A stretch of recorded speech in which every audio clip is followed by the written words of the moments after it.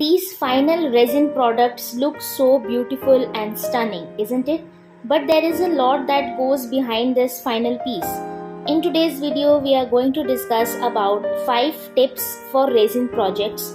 If you are into resin or you are looking into working with resin, you are a beginner, then keep watching. Hi, I'm Neha from Art and Stuff, a calligraphy and mandala artist. I am a content creator, an art educator, and a small business owner. I make videos on art, calligraphy, mandala, digital art, DIYs, and much more. So if you're an artist or want to become one, consider subscribing to my channel and press the bell icon to get notified whenever I post a video. The first and the most important tip for resin will be how to store resin. Now usually we don't use all the resin we have at once, hence once the bottle opens, storing it correctly after use is very important. Make sure that there is no resin on the outer part of the bottles as it will stick to the surface after drying. So keep your resin bottles clean.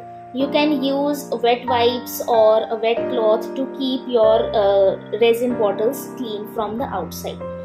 Make sure that the lid is tightly closed after use and the bottles are stored in a cool place. Just keep them away from direct sunlight and heat or any other place which is really hot or really cold. So basically resin is stored at a normal room temperature. So I have a resin kit containing everything I need, like the molds, the tissue, the wet wipes and everything. So and I store it in my art room inside this cabinet. So this place is neither too hot nor too cold, and since the bottles are inside the cabinet, they have a space which is very safe for them. Now the second tip is about the resin and hardener ratio. The resin and hardener ratio is always mentioned in the box in the packaging. So it can be 3:1, 2:1 or even 1:1 depending upon the type and the brand of the resin. I use epoch resin and hardener, and as mentioned I always mix them in 3:1 ratio. That is 3 parts of resin and 1 part of hardener. So make sure that the resin and hardener ratio is as mentioned in the box, and you are using the same measuring measuring instruments like cups or spoons for measuring the resin and the hardener. You can also use a weighing scale for the most accurate measurements. The third tip would be mixing the resin.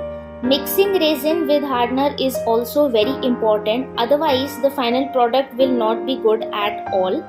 So make sure that you mix the resin and hardener really well for at least 5 minutes in consistent motion. So there should not be any air bubbles in the mixture, so pop them while mixing and be slow and steady while mixing them so that there are no air bubbles being generated while mixing. The fourth tip would be sanding. You might have seen uneven or rough edges in your final pieces of the resin. For that, you can use the sanding method. Just rub the rough sides of the final piece on wet sandpaper and then clean them after that using a dry cloth or a wet wipe. This makes your resin pieces neat and clean. If you want to watch the detailed procedure of sanding, you can watch this video on my channel wherein I have discussed the procedure of sanding in much detail. The last but again the most important tip would be self-care and protection. Resin and hardeners are really strong chemicals and you must protect yourself while using them. So always wear a mask to avoid the smell going inside you. You can use your regular cloth mask, cotton mask or even surgical mask. If you are using resin for a longer period of time at once, I would suggest you to use a respirator, which is the best in all cases. Wear gloves to protect your skin. It's better to use rubber gloves if you are using resin for a longer period of time at once.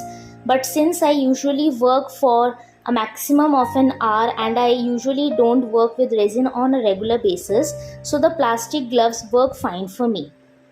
Also, choose a well ventilated area for resin work, because the smell is really strong and you need to have a well ventilated area to protect yourself from the foul smell of resin and hardener.